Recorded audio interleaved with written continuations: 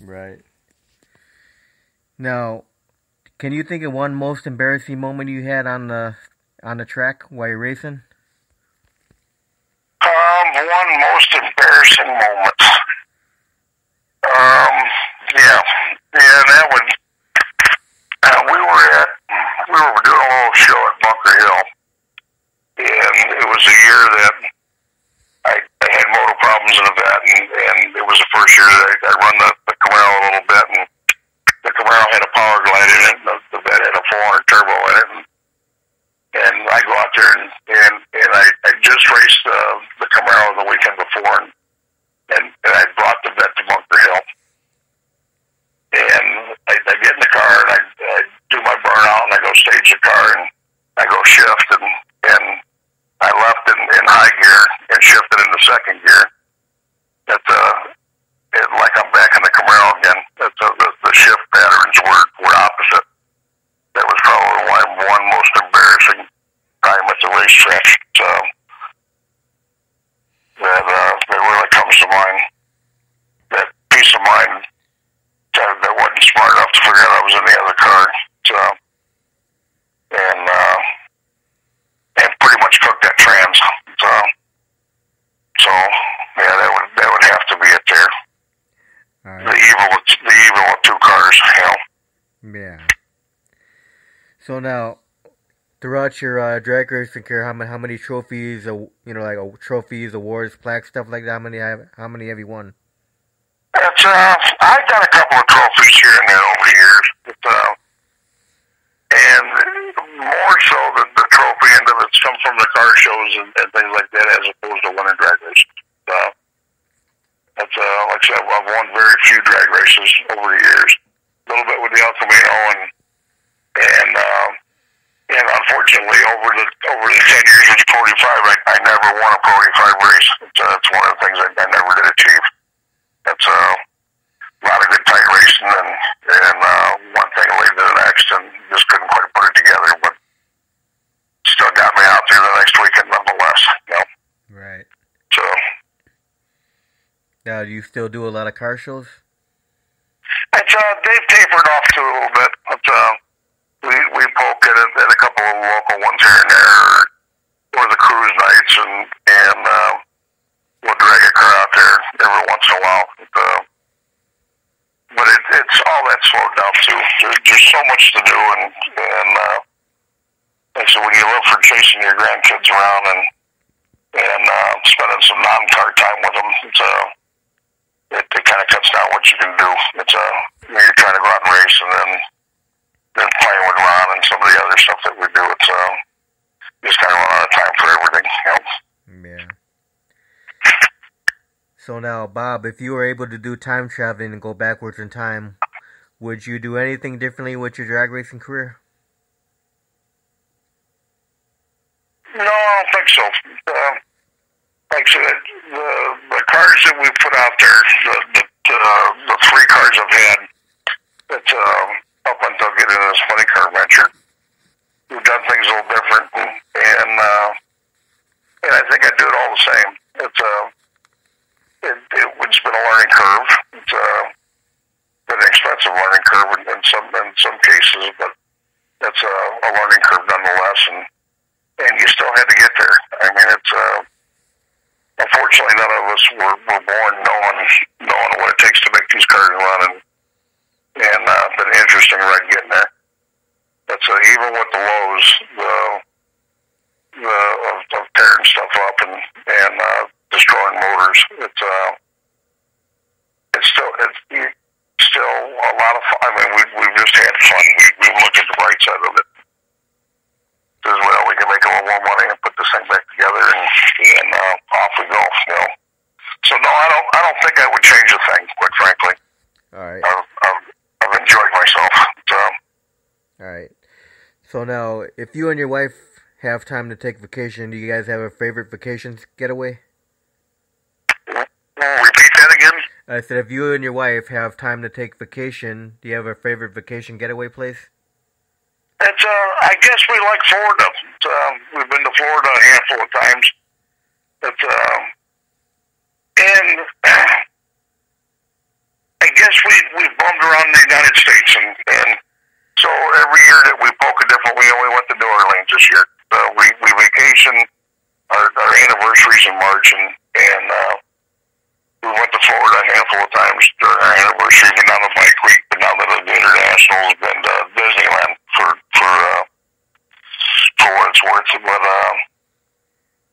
we kind of pick a different destination and a spot that we ain't seen, and chase a little warmer weather, and off we go. So, like I said, we did a New Orleans vacation this year, and I think we're gonna head back to Bike Week next year. So that's something that we really, really enjoyed. So it's and we'll hang out around Daytona and then got around Florida a little bit. So.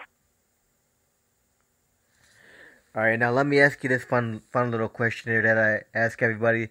If someone came up to you, Bob, and said they're gonna give you $200 million to build a brand new drag race track, where would you consider building a new track at, and what kind of features would you want to put into a new track?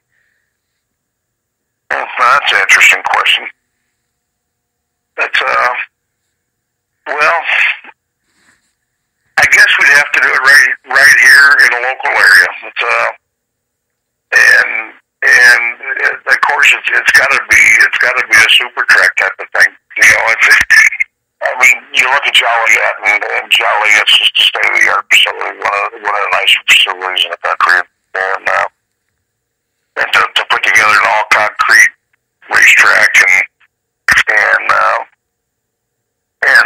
then mix it up with Norwalk, where the sportsmen can come in and everybody can plug in. You don't have to listen to generators run, and just watch the amenity side, showers and good restrooms for spectators and the participants to go to the tracks, and we like to stay at the track and to have a nice shower for the ones that don't have the total homes and the motor homes and everything. It's just great. I mean, it's the years that we've slept in the trailers and everything else, and that's those would be some of the things that they would have to be there. You know, all concrete track and power for everybody, and then just good facilities. And then you're just watching it. You'd build a lot of successful racetrack, I believe. All right, now if you weren't a drag racer, what do you think you'd be doing with your life? Well, if it wasn't drag racing, I'd be back to still playing with the street cars. Love the pro street stuff, and it's still going to be car and bike orientated. So, Dad, I don't think you could ever get out of me. So we'd be back playing on the streets again, and you know, doing the Street Machine National stuff, and out there enjoying it like we once upon a time did before we got heavy into the drag racing stuff. All right, now what's been the fondest memory of your drag racing career, Bob? What's been the most memorable part of your drag racing career? Yeah, your fondest memory. Actually, probably this year. It's, my fondest memory, we got an invite to go down to Memphis and run with the Memphis crowd. And out of a lot of the different things I've done across this life, that was one of the neatest experiences that we had. We got a phone call on Tuesday and was in Memphis on Friday. That's and running around with a handful of guys and doing some sightseeing on Saturday before we went out and caught up with JJ and the crew. So that's probably my fondest memory to date. The JJ the Boss race. Yeah. Yep. It's, that whole deal that's a highlight. So that's probably one of my stronger highlights that's out there. So now you prefer quarter mile or eighth mile? I enjoy the quarter mile. Yeah. But some people like the 8 Mile because they said it saves on, breakage on the car. Yeah, that's I don't know if I necessarily agree with that or not, but you set your car up, But, I guess I'm still in it.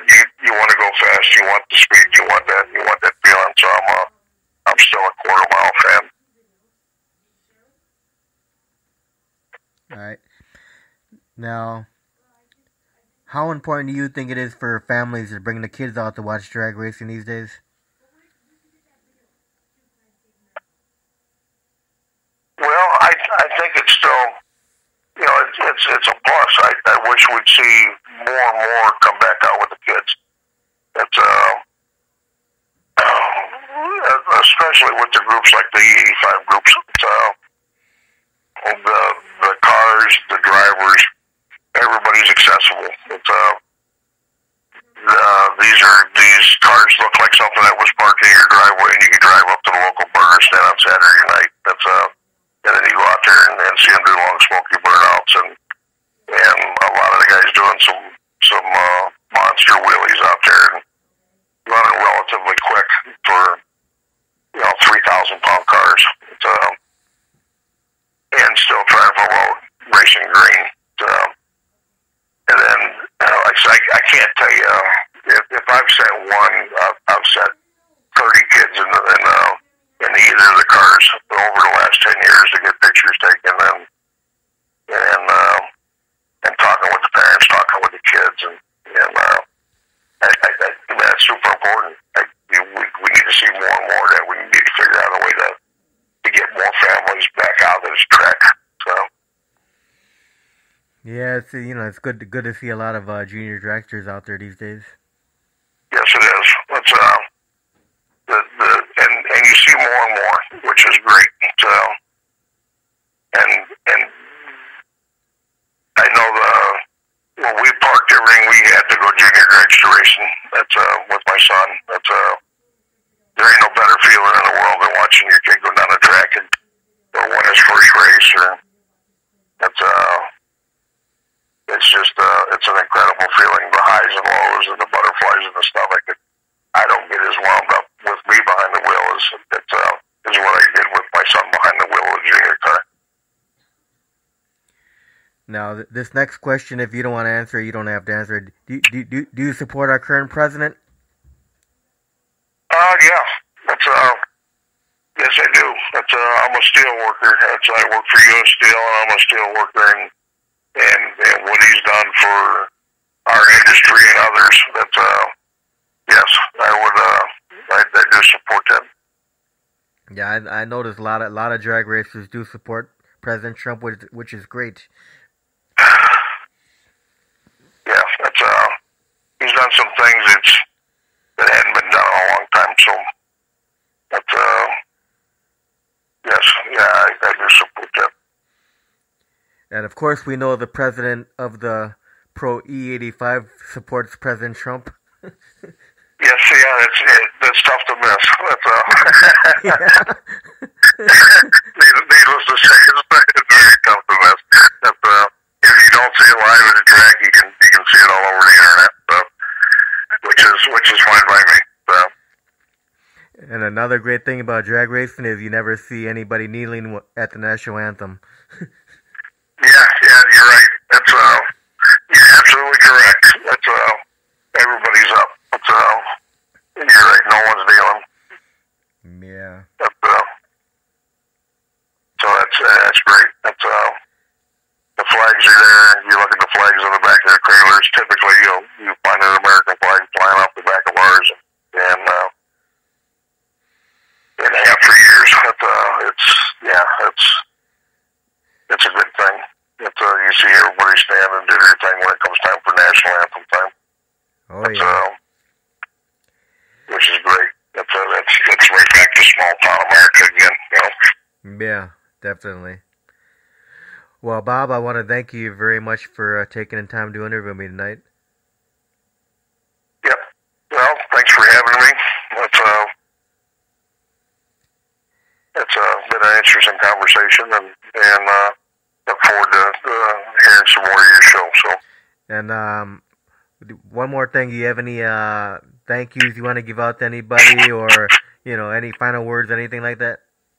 Well, once again, I guess over the last 10 years, and as I make this next step, going back from the beginning, from Dennis and Kevin down at Race Engineering to Joey and his dad at Gallagher Racing, and Bob and Anthony Piante, and Jeff Kaiser, Tom Murray, that's Bruce Sanders, that's my wife Joan, that's my grandson Wesley, that's my daughter Christina, that's they've all helped, participated, and made this possible for me to go out and do this. It's a good friend support base. It's and some fantastic people that's helped me get to the point that we make it out every weekend and have the fun that we do. So I can't thank these people enough. Yeah, I know you want to thank the Pro E85 guys for all the years. Oh yeah, the 45 guys have been just awesome. Alex and Dwayne's put together a good deal, and throughout all the drivers and crews and that have just participated, and we've had flown in and out of the club here. They're all great people. They're just fantastic. That's Dennis Hollis with the Mafia the same way.